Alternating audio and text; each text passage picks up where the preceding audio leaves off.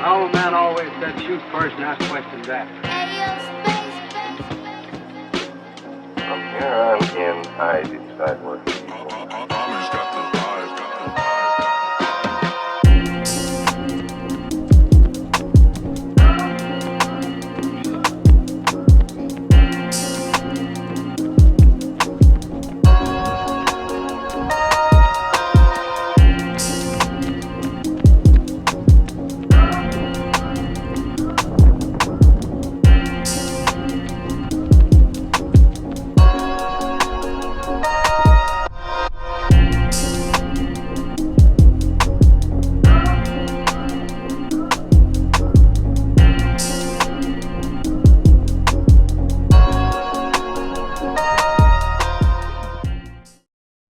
Folk, welcome to RunJLC, where on my channel I talk and vlog all things running related. If it's your first time touching down, welcome. If not, welcome back. Either way, I appreciate y'all for running with the squad today. Here's my initial thoughts after 50 miles on the Pegasus 37. Let's get to it. Alright, quick disclosure, I got in my own bag to purchase these shoes. These shoes were not sent to me for the purposes of this review. What you're getting here is my unbiased, uninfluenced thoughts on the pair of shoes that I chose to buy and train in. Alright, let's really get to this review.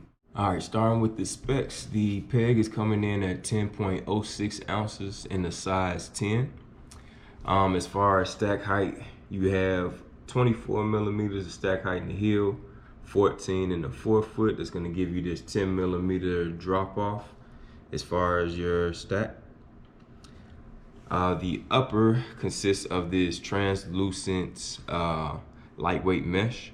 And you can't really see here, but there's this mid-foot band right here in this area that kind of wraps and secures your foot for a nice lockdown.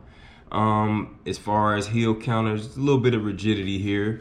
A little flexibility in that area, a little bit of padding here around the Achilles tendon as well. As you can see, this Achilles flare, just a little bit of padding there.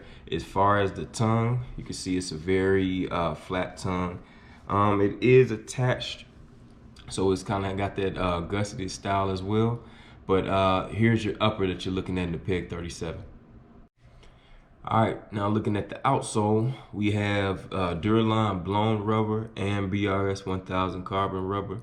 That's going to provide with multi-surface tractioning and durability. Now, as you can see in the midfoot area, this waffle design is what's going to give you that multi-surface tractioning. And on the outside laterally, these crash rails, these rubber crash rails, is what's going to increase your flexibility and give you a lot smoother transitions in your stride.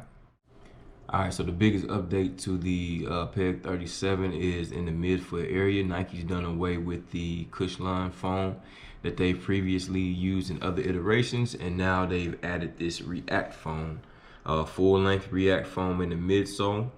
Also, another big update was the Air Zoom bag, which from what I believe used to be a full unit Air Zoom bag. They've decreased that heavily. So now the Air Zoom bag is primarily in this forefoot area. And they've also fine-tuned it to increase the PSI. Depending on whether you're male or female, it's 20 PSI in this Air Zoom bag for male athletes, 15 PSI for the female athletes, and basically increase that twice the size of the original Air Zoom bag just to give you a little bit more pop in your stride. So as I like to do in my shoe reviews, I'm gonna highlight 4 different areas. I'm gonna start off with durability. I'm gonna head over to comfort, versatility, and then value of the shoes as well. So let's kick it off with the durability aspect of the Peg 37.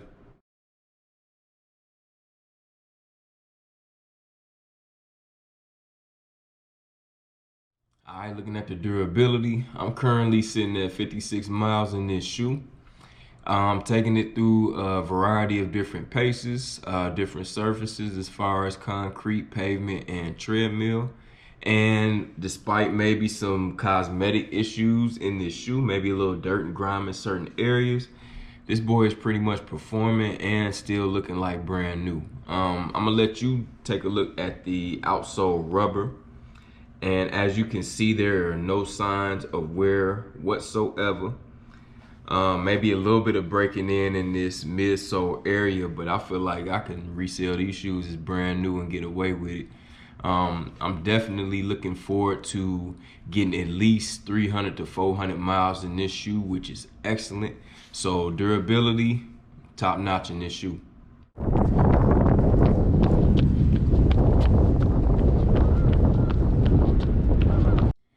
All right, well, as we speak on the comfort, this is where this review starts getting real. All right, now let me preface this by saying this is my first pair of Nike Pegasus shoes. So before buying these, I definitely did a lot of research, watched a lot of reviews, and I will say this, I am partially influenced by other reviewers of this shoe, other like shoe influencers out there. And just the fact that I've owned a couple different pair of React foam shoes that I run in as well. I was expecting a lot softer ride in this shoe, which I did not get. But before I even get to that, this heel area felt very strange to me. When you first get this shoe, I like to walk around in my shoes, and just walking around, it just always felt like I was not locked down in the heel area. Like my heel just wanted to pop out of this shoe. It never did. But even on my first run in this shoe, I felt the exact same way, like my heel was just gonna pop out. And it hasn't happened yet. And by now I'm just used to it. I don't even know if I still had that same sensation. But yeah, I've heard other people maybe mention that as well too. But I never popped out of this shoe, but for whatever reason, just felt very weird in this heel area. All right, now to me, this midsole felt very, very stiff in the very beginning. Just running, I just felt like my foot was just slapping very hard against the pavement, almost like I was slapping bricks together or something like that. And I just was not enjoying this ride at all because of the stiffness. Now, before I go any further, there's nothing wrong with having a stiff midsole shoe. Definitely, that doesn't make it just automatically a bad shoe. You know, there's a time and place for a stiffer midsole shoe, and I talked about this before. But my pre-wear impressions on this shoe, and just the fact, as I said earlier, I had other React foam shoes, was that I was gonna get a much softer ride in this shoe at the start.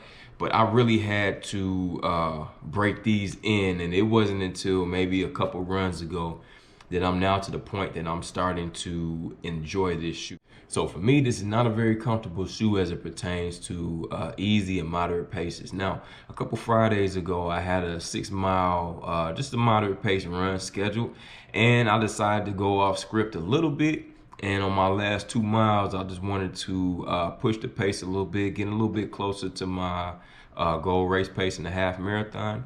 And when I did that, I think I found my comfort level in this shoe. This is not a shoe for me that I'm gonna be running slow in. This is a shoe that I have to push the pace in, because when I got into that sub 8 minute per mile time, that's when I felt the performance in this shoe and just the comfort overall in this shoe.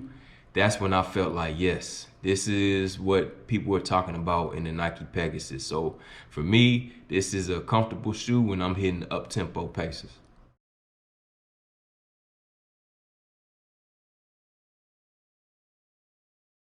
All right, let's get to versatility. Now, this is a daily trainer shoe, so it better be versatile, all right? But I've taken it through a variety of different paces. I've taken it through mainly just easy runs. And my last couple of long runs were 10-mile long runs. I've taken it out on the 10-mile long runs as well. You already know how I feel about this shoe as far as comfort in those easier paces. But I think this shoe really shines in that tempo pace area, and even on my long runs as well too. I did have a good time running in these shoes as it pertained to me going up tempo a little bit more. And that's one thing I definitely noticed in this shoe. Without putting any real effort into it, like extra effort, my paces in this shoe just naturally seem to be a lot faster. So that's definitely not anything I'm complaining about in rocking these shoes. For me, this is going to be like my longer tempos and like my fast finish long run shoes are like a progressive long run shoe. When I'm looking to develop that kick at the end of a race, those fast finish long runs, this is gonna be my shoe of choice. When I'm doing those longer tempo runs, upwards of like 30 minutes, 35 minutes, things like that, this is gonna be my shoe of choice. All right, let's take a look at the value of the Peg 37. Now, these shoes are regularly priced at $125 on the Nike website. I had a 20% off birthday coupon from Nike, so I got these boys for a cool $100. And based on what I said of at least getting 300 to 400 miles out of this shoe, I think I made a pretty sound investment in these shoes. I believe you will too if you purchase these. Now, these are not gonna be my everyday daily trainers. I'm gonna stick to the Propel for those, but when it's tempo time, when it's longer pace, faster pace, running time, I am pulling these pegs out. So I'm gonna get a lot of wear and tear out of these shoes as well too. But at $100, even at $125, I definitely feel like these are worth that price investment because you're gonna get a great return on that investment in these shoes. So the value on these Peg 37s, I don't think you can beat them.